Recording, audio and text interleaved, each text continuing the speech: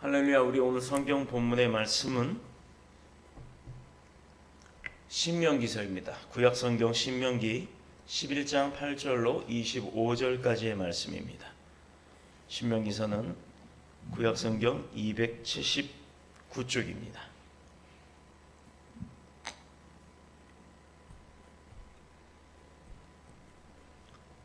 신명기 11장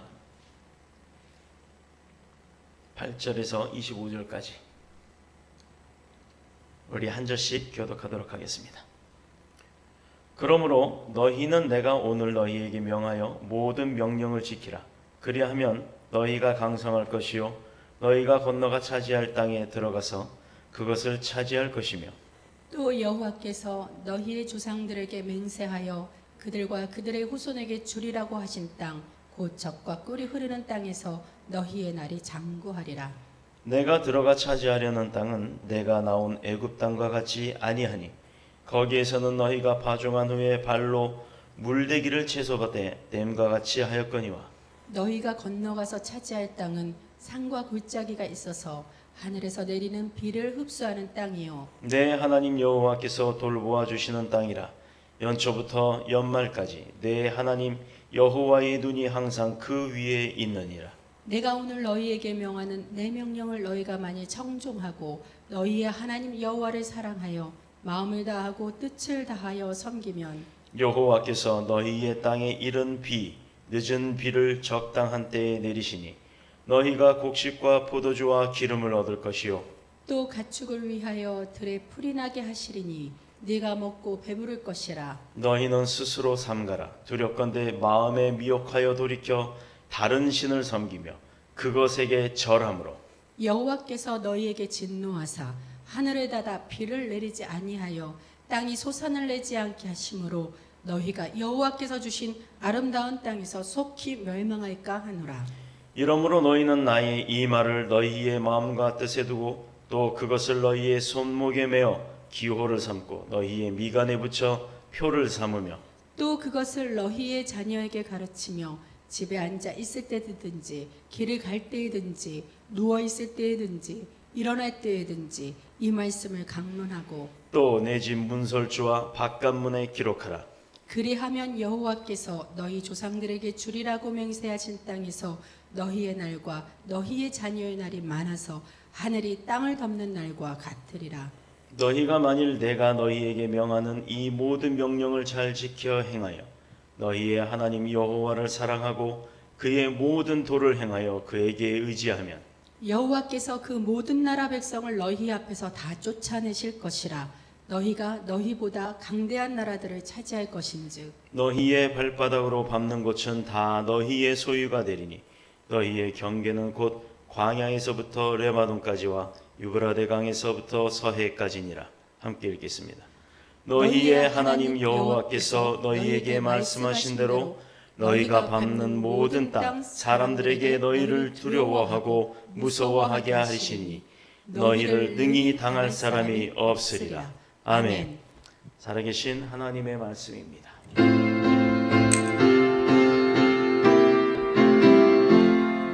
종이 우리의 마음을 여시어 말씀을 깨닫게 하옵소서.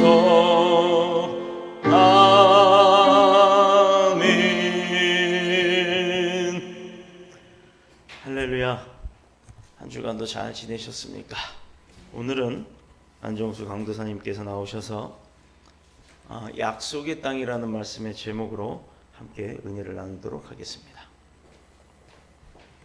자, 오늘은 하나님의 말씀 약속의 땅이라는 주제를 가지고 여러분과 함께 은혜를 나누는 시간 되기를 소원합니다. 성경이 말하는 약속의 땅이란 무엇입니까? 구약 신명기에서는 모세가 죽음을 앞둔 마지막 설교로서 모세의 고별 설교라는 부제가 붙어 있습니다. 본문 바로 이전까지는 이스라엘 백성에게 하나님께서 여러 가지 큰 일을 행하신 일들을 기억하라고 명하십니다. 이것은 약속하신 가나안 땅으로 인도하시기 위해 주님을 신뢰하고 믿으면서 떠나지 말라는 그런 의미로서 하나님의 명령하심을 대신하여 모세는 이스라엘 백성에게 간곡하게 부탁하고 있는 것입니다. 애굽에서 종되었던 이스라엘 백성들을 바로 그 출애굽시킨 그 사건의 과정 속에서 하나님께서는 홍해를 가르셨습니다.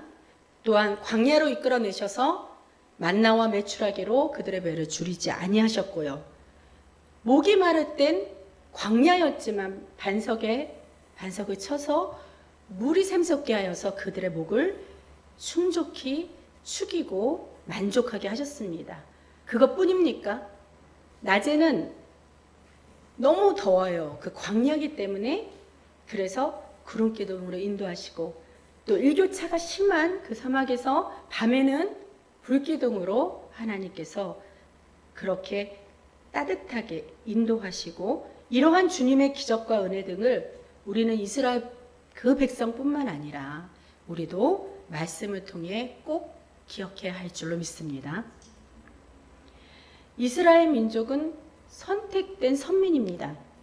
때문에 약속의 땅을 하나님께로부터 받게 하셨고, 애굽 왕은 심히 악하기 때문에 유기된 자, 즉 하나님께 버려진 자라는 뜻입니다. 그래서 죽임을 당하게 되었죠. 자, 그러면 출애굽 과정을 통한 하나님의 이 선택된 자와 유기된 자의 축복과 저주를 비교해서 살펴보기로 하겠습니다. 하나님께서 이스라엘 백성을 내보내라고 모세를 통해 바로에게 명하셨어요. 그러나 바로 왕의 마음이 완악해집니다. 그래서 하나님 말씀에 불순종하여서 이스라엘 백성을 놓아주지 않죠. 급기야 하나님이 인내하시다가 진노하셔서 재앙을 내리게 됩니다. 이를 통해서 살아계신 하나님이 이스라엘을 당신이 선택하신 그 백성을 지키시고 인도하신다는 사실을 백성과 또 뿐만 아니라 바로에게도 하나님은 나타내시길 원하셨던 것입니다. 그러나 계속적인 그런 불순종으로 인해서 바로는 10가지 재앙을 받게 되는데요. 그만큼 10번의 불순종이 있었다는 얘기가 됩니다.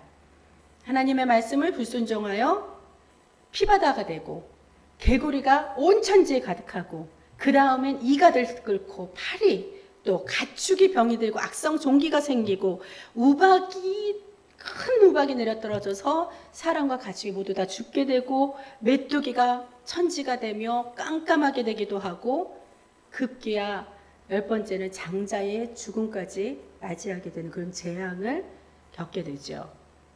하나님께서는 그냥 재앙을 내리시지 않았어요. 항상 말씀하셨습니다. 그 전에 매번 내 백성을 보내라. 그들이 나를 섬길 것이라. 그렇게 말씀하시고 곧 이어서 그러나 내가 만일 보내기를 거절하면, 이런 식으로 불순종에 대한 그런 저주를 꼭 경고하셨습니다. 하나님은 우리에게 항상 말씀하시는 줄로 믿습니다. 여러분들은 그런 하나님의 말씀을 귀를 들어 청종하고 듣는 귀가 있기를 주님의 이름으로 소원합니다.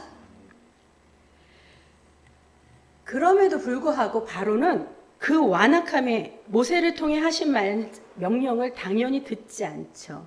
마음이 완악해지면 하나님도 내 눈에 없는 것입니다.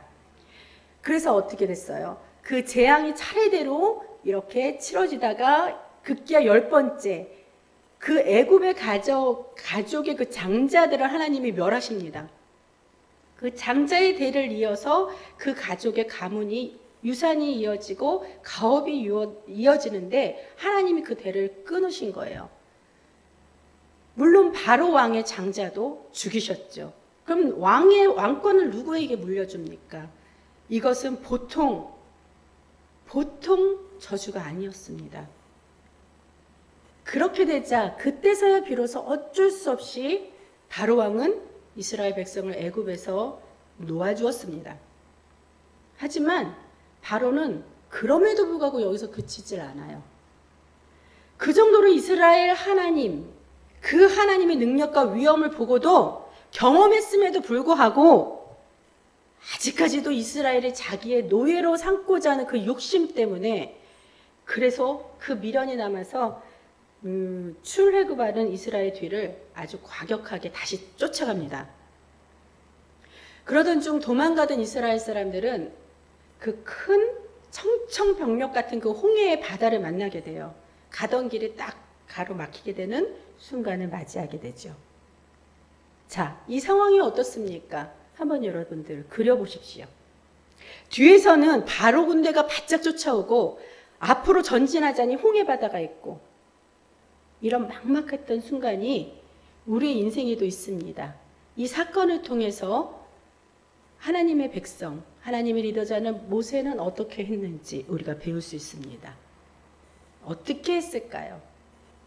기도를 했죠. 당연히 모세는 기도를 했습니다.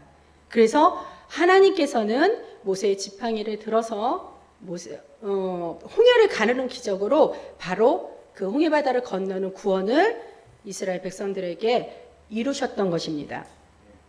그래서 추격하던 군인들은 뒤에서 오다가 그 이스라엘 백성들이 다 건너갈 즈음에 그리고 다시 홍해의 물을 넘치게 하셔서 그 애국과 애국 군대와 바로 왕을 완전히 하나님이 바닷속에 넘쳐서 멸하게 하셨습니다. 자, 그러면 우리가 여기서 참 인간의 어리석음과 미련함을 바로 왕 통해서 볼 수 있겠죠.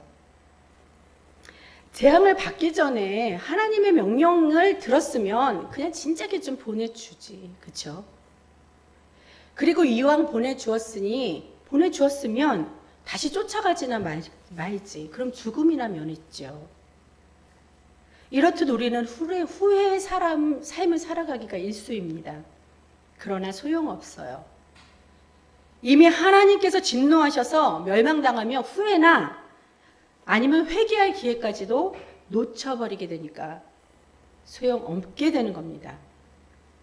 그러나 전능하신 하나님께서 우리에게 베푸신 놀라운 이 구원의 기적 베푸심을 우리가 이 사건을 통해서라도 반드시 기억하고 잊어서는 안 될 것입니다. 자, 그럼 그렇다고 또 이런 사건처럼 우리의 삶에 있어서 무슨 이렇게 거창한 기적만이 중요한 것이 아니라 우리의 삶의 작은 부분까지도 세밀하게 살피시고 보호하시는 하나님의 은혜와 손길도 이것도 매우 중요하게 여겨서 늘 감사함으로 주님 앞에 나와서 하나님께 감사와 경배와 찬양을 드려야 할 것입니다. 반면에 출애굽하여 우리를 구원하시려고 바로와 애굽처럼 불순종한 악인들을 이스라엘 하나님 백성을 위한 도구로 사용하셨어요. 뭐냐면 하나님께서는 당신의 백성, 당신이 택하신 그 이스라엘 백성들을 구원하시기 위해서 바로를 애굽 바로 왕을 사용하신 거예요. 수단으로. 그 이스라엘 백성들이 애굽에서 종이 되고 노예가 되고 그러한 고통과 참담함을 겪지 못하면 그들에게는 기도할 아무 필요성도 느끼지 못했을 것입니다.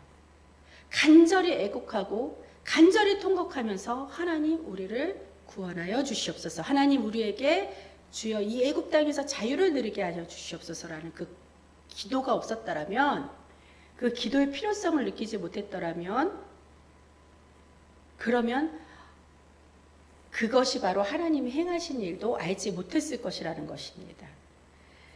그렇기 때문에 하나님께서는 구원하시려고 바로와 그 애굽 불순종한 그 악인들을 선택하여서 도구로 사용하셨어요. 사용하신 다음에 이 악인들은 어떻게 됐죠? 하나님께서 그 도구를 꺾으시고 멸하셨던 것을 볼 수 있습니다. 그러면 우리는 어떻게 쓰임을 받아야 되겠습니까? 저와 여러분은 하나님의 영광을 위하여서 선한 도구로 쓰임받기를 주 예수 그리스도의 이름으로 소원하고 부탁하고 권면합니다. 자, 그러면 우리도 선택받은 하나님의 자녀로서 그렇게 자녀가 되었어요. 그러면 구원해 주시려고 우리에게 주신 그 하나님의 약속하신 땅은 과연 어떠한 땅일까요? 그 약속의 땅은 바로 은혜의 땅입니다. 성경에서는 9절에 젖과 꿀이 흐르는 땅이라고 비유했고 11절에 산과 골짜기가 있어서 비를 흡수하는 땅이고요. 하나님 여호와께서 돌보시는 땅이라고 12절에서 말씀하십니다. 이러한 좋은 땅이 바로 약속의 땅으로 우리에게 주신 하나님의 약속하신 부분입니다. 이곳은 이 약속하신 땅은 이 성경에서는 바로 그 가나안 땅을 말하는 것인데 사실 가나안 땅은 그 당시 그렇게 좋은 땅이 아닙니다. 왜냐하면 물론 이렇게 주변에 이렇게 건조한 사막에 비하면 좋은 땅이에요. 그러나 애굽은 땅이 좋지 않아도 물이 많았어요. 그래갖고 물을 어떻게 밭으로 이렇게 물을 대어서 그 수도 시설에 그래서 발로 밟아서 수차를 이용해서 그 물을 대서 그렇게 사용을 했습니다. 그렇지만 가나안 땅은 그렇게 물도 많은 곳이 않았기 때문에 비가 내리지 않으면 그 땅은 별로 쓸모없는 땅이에요. 근데 하나님은 그 땅을 약속의 땅이라고 젖과 꿀이 흐르는 땅이라고 그렇게 주시겠다고 약속하신 것입니다. 그렇다고 비가 내려야만 그 땅이 좋게 기름진 땅이 되는데 그 가나안은 그렇게 비가 내리지도 않은 그런 지역이에요. 그렇게 비의 의존도가 높은 땅임에도 불구하고 하나님께서 젖과 흐르는 땅이라고 명명하신 그 이유는 하나님의 능력으로 비를 내려주시겠다고 약속하시는 주님의 은혜가 있기 때문인 줄로 믿습니다. 왜냐하면 그 물이 많으면 우리가 수고를 해야 돼요. 밭으로 물을 대하고 그렇게 발로 움직이는 그 수차를 이용해서 우리가 수고하고 아주 고생하고 땀을 흘려야 돼요. 그렇지만 하나님께서 비를 내려주시겠다고 하셨으니까 그러한 주님의 은혜로 그게 얼마나 감사한 일이 되겠습니까? 더군다나 12절에 하나님께서는 연초부터 연말까지 하나님의 여호와의 눈이 항상 그 위에 있겠다고 돌보심까지도 약속하셨습니다. 그런 하나님의 전능하심을 믿고 주님 앞에 찬양드린 저와 여러분 되기를 주님의 이름으로 권면합니다. 자, 그러면 이 은혜의 땅, 약속의 땅을 우리가 차지하여야겠죠. 우리가 찬양을 많이 했습니다. 이 산지를 내게 주옵소서. 그러면 우리가 어떻게 해야 될까요? 약속의 땅을 차지하려면 전제 조건이 있습니다. 첫 번째, 하나님 말씀을 지켜야 합니다. 여기 우리 짧은 이 본문 가운데서도 여호와의 명령을 지키고 행하라는 말씀이 여러 번 반복되어 있습니다. 8절에 그러므로 너희는 내가 오늘 너희에게 명하는 모든 명령을 지키라 그리하면, 또 13절에 내가 오늘 너희에게 명하는 내 명령을 너희가 많이 청종하고, 22절에도 너희가 만일 내가 너희에게 명하는 이 모든 명령을 잘 지켜 행하여. 아멘. 아멘입니까?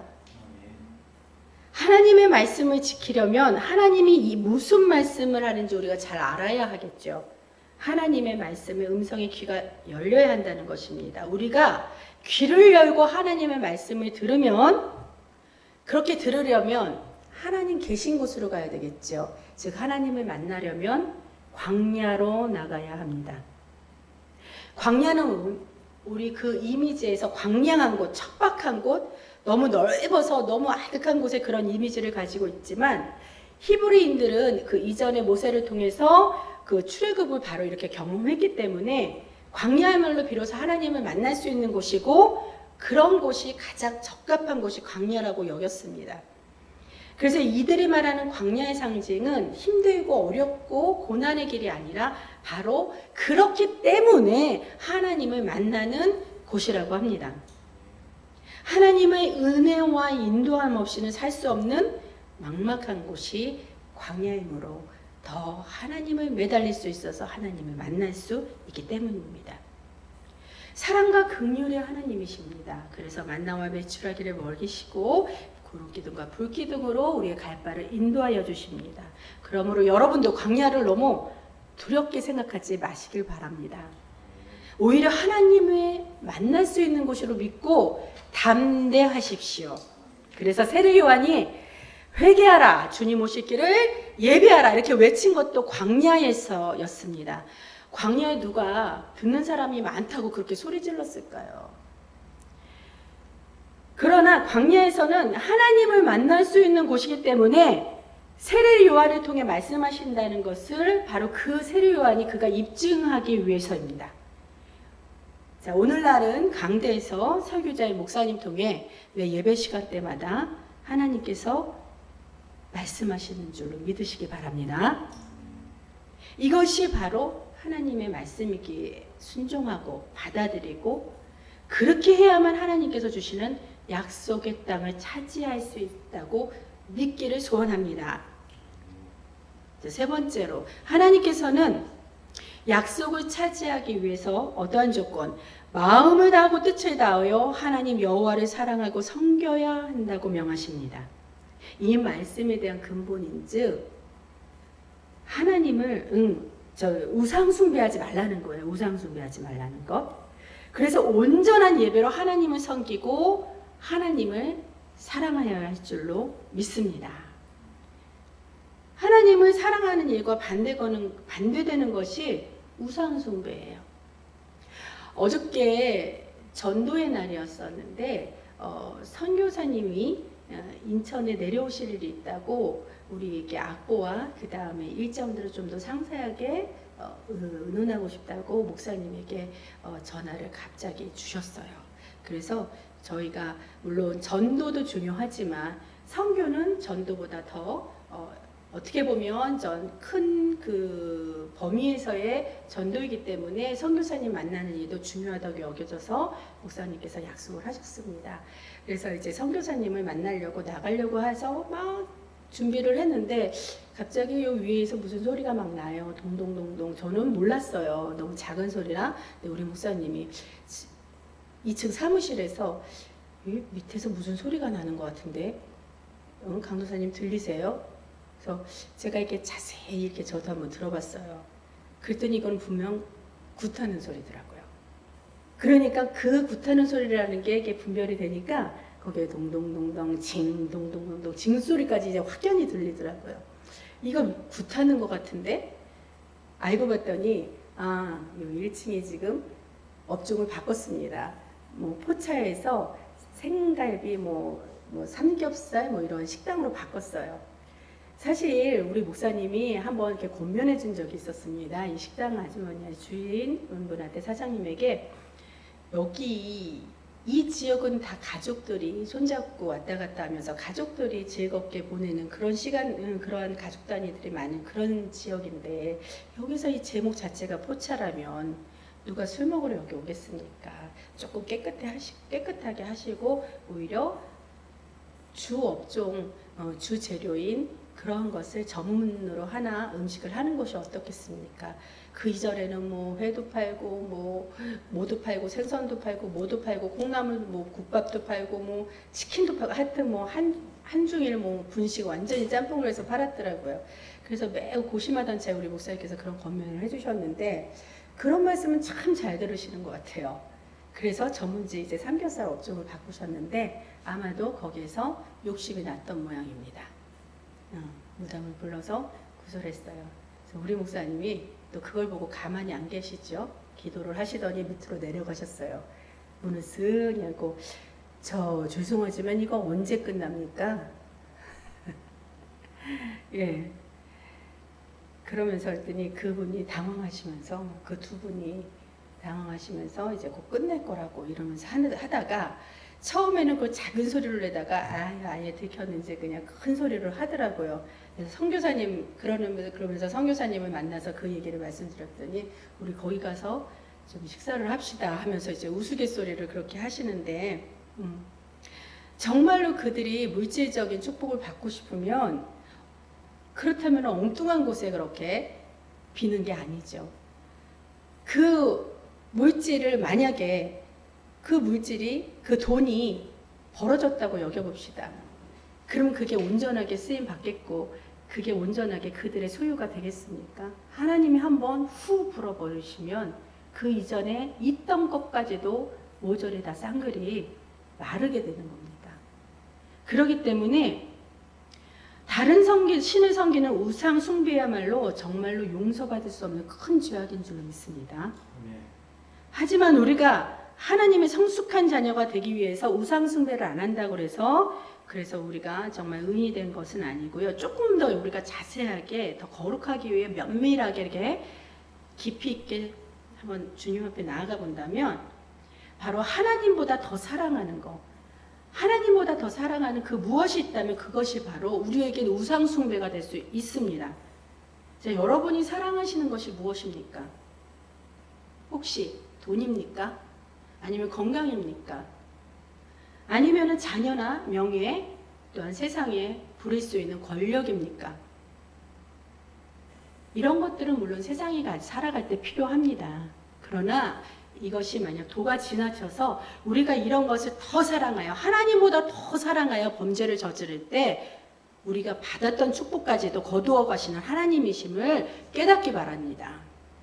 본문 17절입니다. 여호와께서 너희에게 진노하사 하늘을 닫아 비를 내리지 아니하여 땅이 소산을 내지 않게 하심으로 너희가 여호와께서 주신 아름다운 땅에서 속히 멸망할까 하노라. 아멘.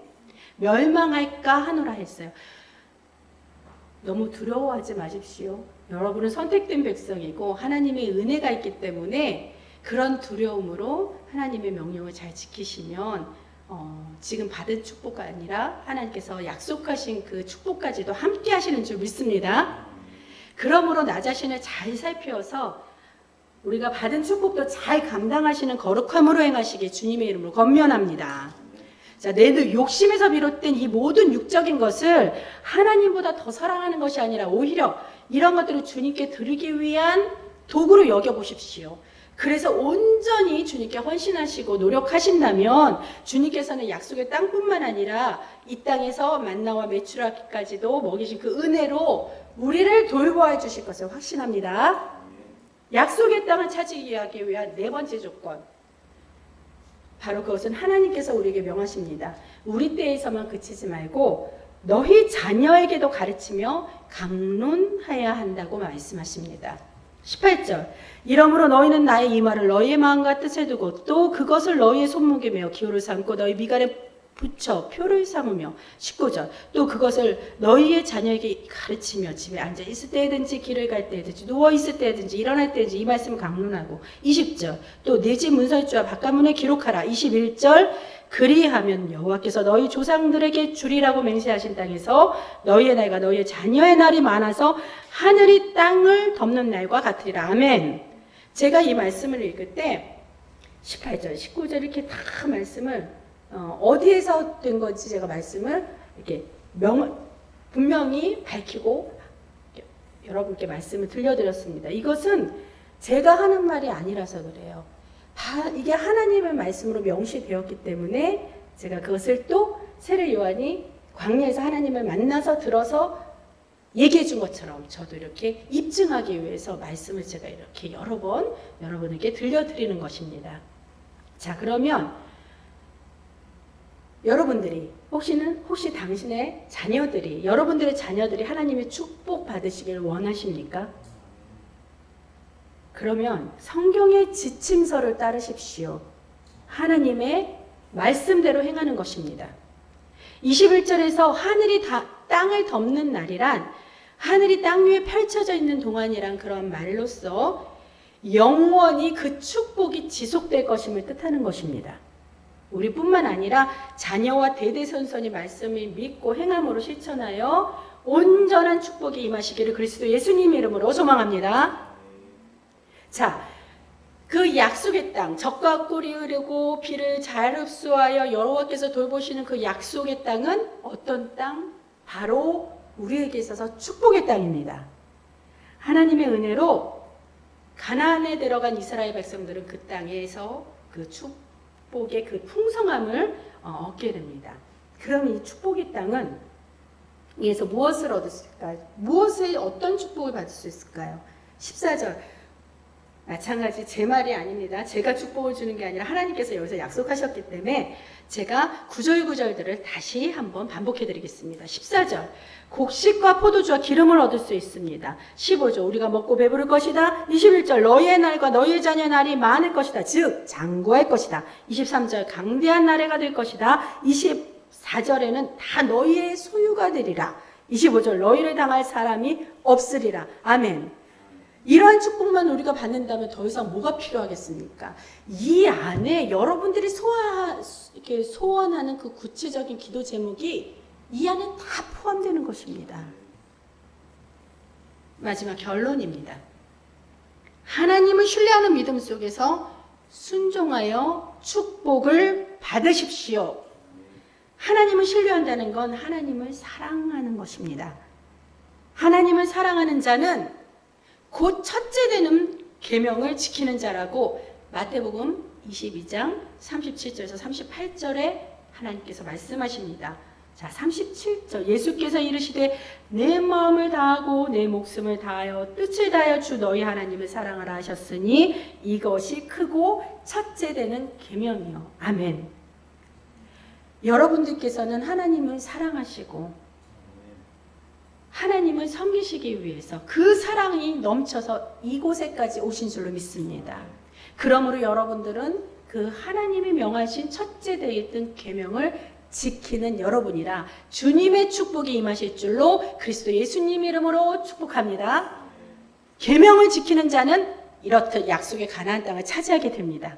그 땅은 하나님께서 이스라엘 백성을 애굽의 종 노예에서 해방시키시고 참 자유인 구원의 길로 인도하신 젖과 꿀이 흐르는 땅입니다.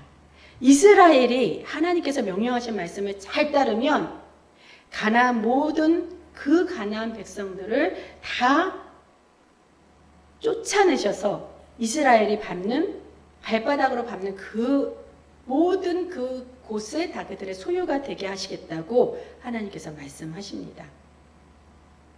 너희가 밟는 모든 땅 사람들에게 너희를 두려워하고 무서워하게 하신다는 말씀입니다. 우리가 하나님을 정말로 열심히 사랑하고 하나님을 열심히 섬겨서 그 예배를 통해서 하나님을 섬기고 하나님을 경배하고 높이 찬양하면서 그런 저희의 중심이 우리의 중심이 하나님께 상달이 된다면 세상 사람들도 우리를 감당할 수 없게 만드신다는 그 뜻이에요. 왜 우리가 세상 사람들에게 벌벌 떨면서 왜 우상을 믿는 그들 자들에게 우리가 비굴하게 머리를 굽혀 두려움으로 종이 되어야 합니까? 여러분들 자신감을 가지시고 주님의 이름으로 하나님의 자녀가 되었다는 그 자부감을 항상 잃지 않는 믿음이 되시길 바랍니다. 그래서 우리의 하나님 명령에 순종하는 자는 그래서 하나님께서 약속하신 은혜 지금까지 사단의 종로를 타던 우리를 그리스도 예수님께서 십자가에 달려 죽으심으로 대속하셔서 생명을 구원하시고 부활하여 영생의 영원한 땅까지도 우리가 약속받은 것입니다. 요한복음 8장 51절 말씀에 진실로 진실로 너에게 이르노니 사람이 내 말을 지키며 영원히 죽음을 보지 아니하리라. 아멘. 이것은 하나님께로부터 선택된 자가 주님의 말씀에 순종함으로 받는 축복입니다. 반대로 하나님께 불순종하면 이렇게 애굽의 바로왕처럼 악한 데 쓰임받고 그리고 하나님 꺾으시고 멸하셨죠. 자, 이러한 불순종의 특별한 예가 아까 그 사건을 통해 볼 수 있었습니다. 바로와 같이 이렇게 하나님께 버려된 유기된 자의 특징은 죄가 점점 확대되어서 무슨 얘기냐면 봐요. 여기에 이렇게 죄가 있습니다. 어느 이 공간 안에 우리가 살고 있는 이 공간 안에 죄가 이렇게 들어와 있어서요. 죄는 처음에는 이렇게 주먹처럼 아주 작은 죄였었어요. 근데 바로처럼 악한 자처럼 죄가 점점 확대를 시킵니다. 그러면 어떻게 돼요? 하나님의 은혜가 가리워지고 이 죄가 확대되기 때문에 어떻게 됩니까? 온 세상이 온통 죄악으로 물들어져서 우리는 하나님의 심판 앞에 멸망당할 수밖에 없는 것입니다. 이게 바로 유기된 자의 특징이에요. 근데 선택된 우리, 저와 여러분과 이스라엘 백성같이 하나님 선택된 우리는 은혜 받은 자로서 예를 들어서 근데 우리도 죄가 없을 수는 없습니다. 그 하나님께서 사람을 창조하실 때 창조하시고 나서 그 아담이 죄를 지었죠. 그거는 여러 번 배웠어요, 여러분들이. 그래서 아담의 그 원죄로부터 우리가 그 죄를 물려받았고 또 지금 살아가면서도 스스로 작은 죄든 큰 죄든 우리가 스스로 지은 자범죄라고 해요. 그런 죄를 저지를 때 그런 죄가 이렇게 있을 수 있으니까 그런 죄 때문에 하나님 앞에서 정말로 죄보다 하나님의 은혜가 너무 적었어요. 죄가 너무 많아서. 근데 우리를 긍휼히 여기시고 하나님이 우리를 선택하여 주시기 때문에 이 하나님의 작았던 은혜가 우리 죄는 커져서 하나님의 은혜가 작은 걸로 여겨졌던 작은 건 아닙니다. 하나님의 은혜는 우리가 여겨진 거예요. 너무 죄가 많다 보니까. 그래서 이 은혜가 작은 걸로 여겨졌던 이 은혜가 점점 확대되어서 우리의 회개와 하나님께 꿇어 엎드림과 하나님을 점점 사랑하는 이 마음이 더해져서 하나님의 은혜가 확대됩니다. 그럼 어떻게 되죠? 우리의 죄가 가리워집니다. 이게 바로 선택된 저와 여러분들의 특징입니다. 그렇기 때문에 하나님의 의리로 우리가 가리워져서 우리가 이신칭이 하나님 의롭다함을 칭함받아 구원함을 얻는다는 것입니다. 이것이 바로 하나님의 법칙이며 하나님의 공의로움입니다. 자, 본문 이후에 계속되는 26절 이하 말씀에서는 모세가 가나안에 가서 그리심산과 에발산을 올라가서 축복과 그리심산에서는 축복을 선포하고 에발산에서는 저주를 선포하라는 그런 명령을 하라는 내용이 나타납니다. 우리가 읽지는 않았지만 본문 그 이후에 나와 있어요. 이것은 공의로운 하나님을 잊지 않도록 하기 위해 모세를 통해서 내리신 하나님의 처방입니다. 에발산과 그리심산은 가나안 땅 중심부에 위치한 산으로서 에발산은 북쪽에 위치해 있고 그리심산은 남쪽에 위치해 서로가 이렇게 마주보고 있습니다. 세겜에서 바라본 그리심산은 햇빛이 잘 비치는 남쪽에 위치해 있어서 밝고 물이 풍성하고 숲이 울창하고 풍성한 산으로 축복의 상징이 되었습니다. 그리심산의 그리심은 제거하다, 자르다, 베어버리다라는 의미를 담은 가라즈라는 말에서 유래하였다고 합니다. 그 의미대로 하나님의 축복을 받으려면 우리도 불필요한 것을 제거해야 된다는 그 상징임을 깨달아야 합니다. 이 에발은 또 반대로 민동산을 의미하는데 민동산 아무것도 없죠. 북쪽에 위치해서 그늘진 산이기 때문에 저주의 상징이 되었다고 합니다. 에발산과 그리심산은 서로 마주하고 있기 때문에 이 산과 산 사이에 있는 이 공간은 음향의 반향작용이 뛰어나서 천연 계단식 극장이 있다고 합니다. 아마 저는 음향학에 대해서 잘 모르죠. 우리 목사님은 아주 잘 이해하실 거예요. 이와 같이 모세는 신명기 11장에서 이스라엘 백성을 12지파를 둘로 나눠서 축복과 저주를 선포하게 했습니다. 12지파, 하나님께서 나눠주신 그 12지파 가운데서도 축복을 선포하는 자, 저주를 선포하는 자, 이렇게 하나님께서 나눠주셨다는 거예요. 제가 11월 15일 날에 이제 하나님의 부르심을 받아서 목사를 안수하게 됩니다. 제가 목사를 안수하게 되는 저에게 많은 안수 받게 됩니다. 죄송합니다. 안수를 받게 되죠. 그럼 안수받는 저에게 많은 사람들이 축복하러 오시는 여러 많은 분들이 있겠지만 반면에 그러게 모르겠어요. 예를 들어서 저에게 저의 과거를 아는 사람들일수록 저를 목사로 인정하기가 힘들 것입니다. 저도 알아요. 하나님께서 근데 저를 창피하지 않으시고 저를 부르셨어요. 내가 너를 쓰겠다. 근데 그런 것을 잘 모를 수가 있습니다. 그렇다고 해서 제 앞에서 만약에 제가 목소리 안수를 받는데 그런 저에게 야 네가 목사 돼갖고 막 교권주의나 교권이나 이렇게 밝히고 예수를 팔아먹으려고 목사 됐냐? 네가 어떻게 목사 됐냐? 이런 식으로 저에게 저주를 퍼부었다고 생각해 봅시다. 어떻게 되겠습니까? 정말로 제가 이렇게 두렵고 떨리는 마음에 목사 안수를 받게 되었을 때 여러분께서 정말로 축하드립니다. 하나님의 사명 잘 감당하셔서 정말로 좋은 목자가 되시기를 항상 기도하겠습니다. 이렇게 축복을 말해주는 자와 아니면 제가 아까 얘기했듯이 그렇게 저주를 퍼붓는 자, 하나님은 어떠한 눈으로 바라보실까? 그거에 대한 경고함이 있어야 합니다. 그거에 대한 두려움이 있어야 될 줄로 믿습니다. 우리들은 그래서 하나님의 선택받은 백성이고 하나님께 선택받은 자녀라면 우리의 입술에서는 늘 축복만이 있을 줄로 믿습니다. 축복하십시오. 감사하시고 사랑하십시오. 그래야지 하나님의 약속의 땅을 받는 줄로 믿습니다.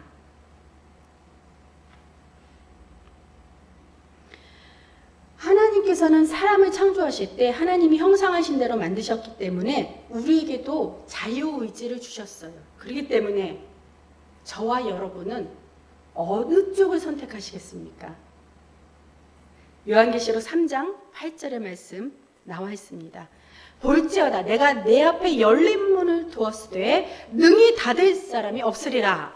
내가 내 행위를 아노니 내가 작은 능력을 가지고도 내 말을 지키며 내 이름을 배반하지 아니하였도다. 하나님의 이름을 배반하지 않고 사랑하고 그리고 그 작은 우리들의 작은 능력을 갖고도 하나님의 말을 지키며 그 믿음을 지켜서 하나님의 말씀대로 행한다면 하나님께서 어떻게 우리 앞에 열린 문을 두신다고 하셨습니다.